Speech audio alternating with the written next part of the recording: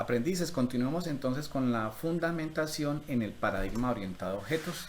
Recordándoles que este no depende de PHP. El paradigma orientado a objetos es una forma de programar que se utiliza en todos los lenguajes de programación. Nosotros lo vamos a ver representado en nuestro lenguaje PHP y por supuesto en JavaScript. Anteriormente quedamos en el tema de instanciar una clase. Estamos desarrollando la presentación de PowerPoint que les compartí con ejemplos prácticos para que podamos enfrentar la teoría versus la práctica. Llegamos hasta instanciar la palabra new y era en la cual con ella creábamos los objetos. Recordemos que en nuestro ejemplo tengo una clase que se llama vehículo y luego la instanciaba en un objeto llamado sedán, donde simplemente llamaba la clase con el require once y luego creaba un objeto denominado sedán con una variable y utilizar la palabra new vehículo pasándole los valores a su método constructor.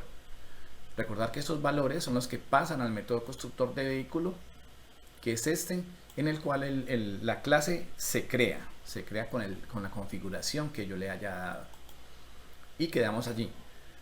Nos falta ver el tema muy importante de la visibilidad de los atributos y métodos. ¿A qué hace referencia esto?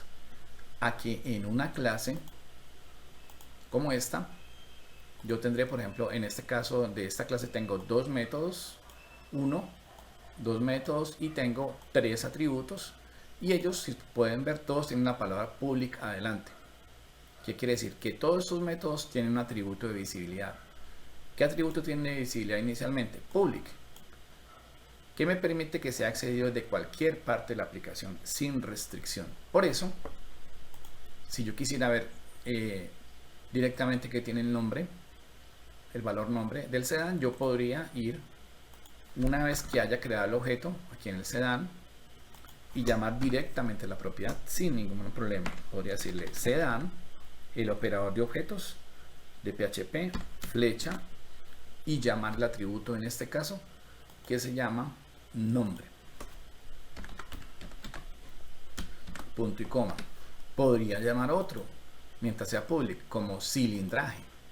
Entonces vamos a copiar lo mismo y vamos a llamar cilindraje.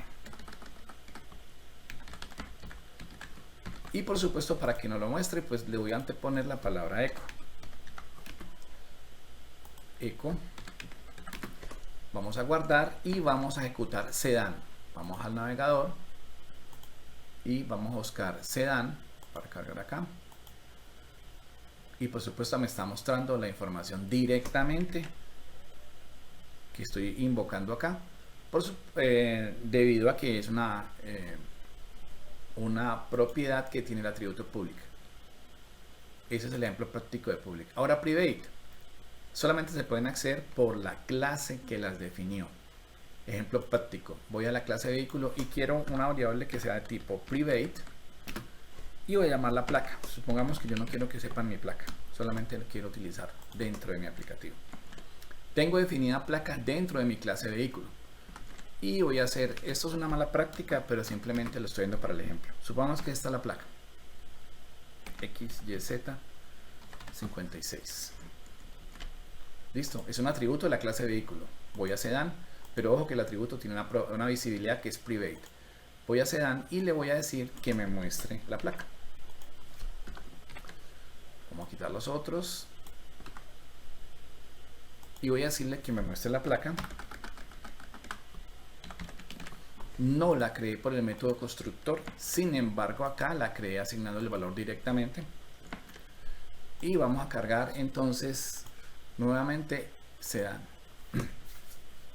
Por supuesto nos brinca inmediatamente el error, cannot access private property.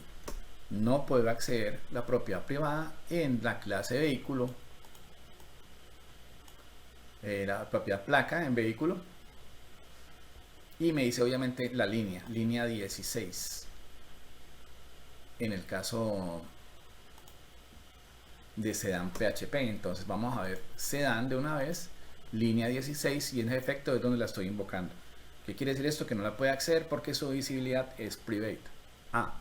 Pero yo necesito accederla. por alguna configuración de desarrollo.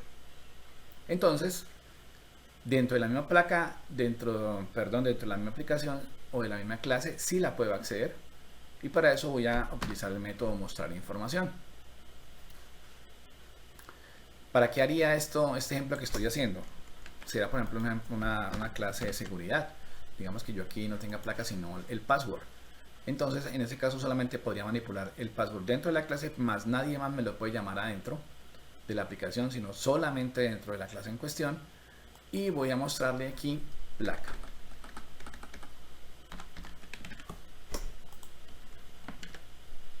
Sigue siendo private y tiene por supuesto un valor. Ahora en Sedan, pues voy a llamar el método que tiene directamente dentro de la clase. Vamos a llamar Sedan y vamos a invocar su método, signo o el operador de objetos, Sedan, y su método que se llama mostrar información. Mostrar información, paréntesis, paréntesis para indicar que es un método. Guardamos y vamos a recargar nuevamente. Vamos a recargar, Sedan. Y por supuesto, bueno, se me fue el cilindraje, un error mío.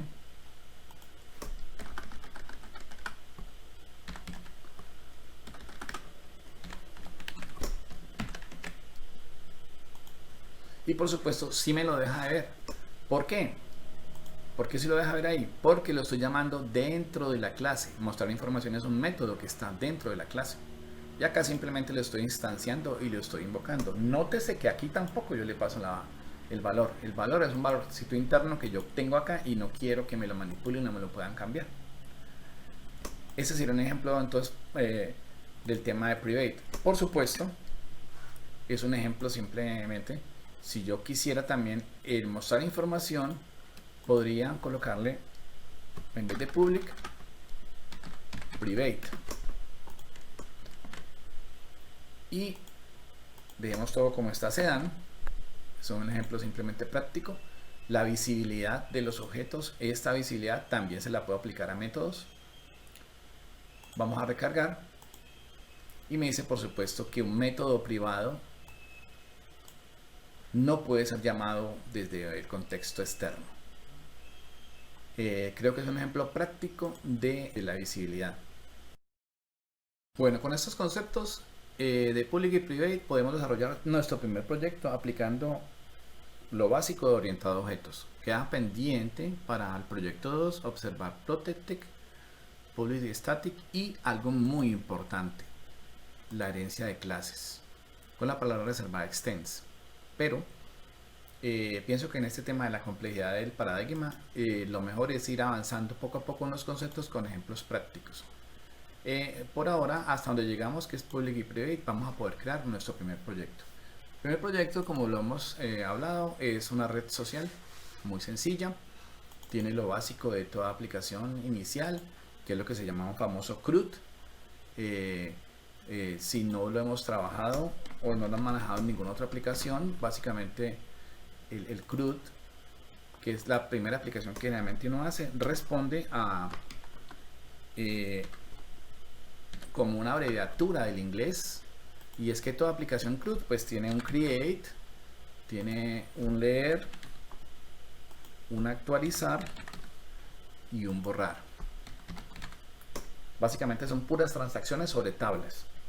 Entonces, cuando se habla de una aplicación CRUD o la típica aplicación CRUD, es aquella aplicación que está haciendo mucha manipulación de la base de datos, mucha manipulación de las tablas en cuanto a crear registros, leer registros, actualizar registros y borrar.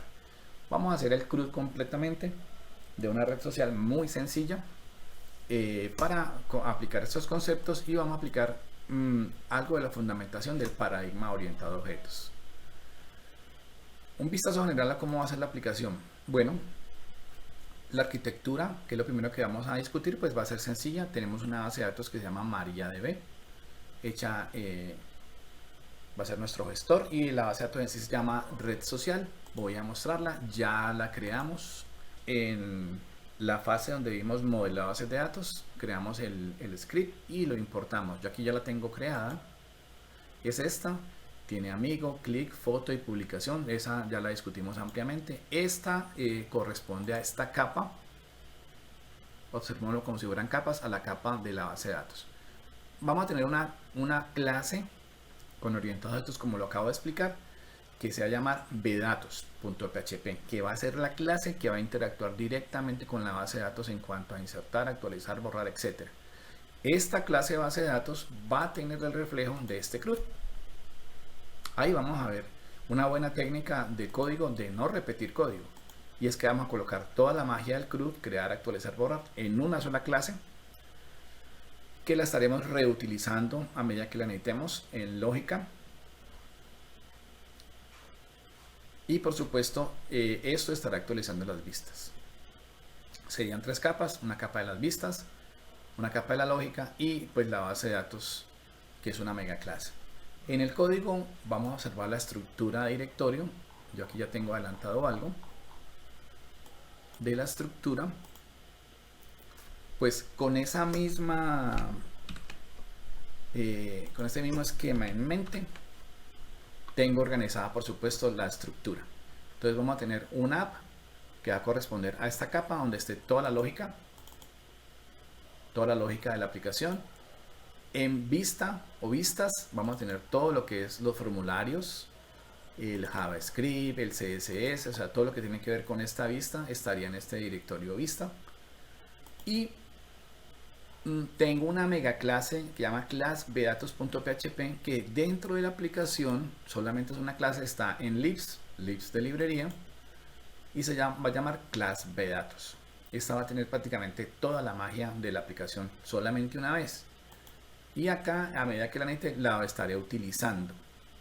El reflejo dentro de esta arquitectura está también en cuanto a mi diseño de directorios de trabajo, que voy a empezar a explicar paulatinamente.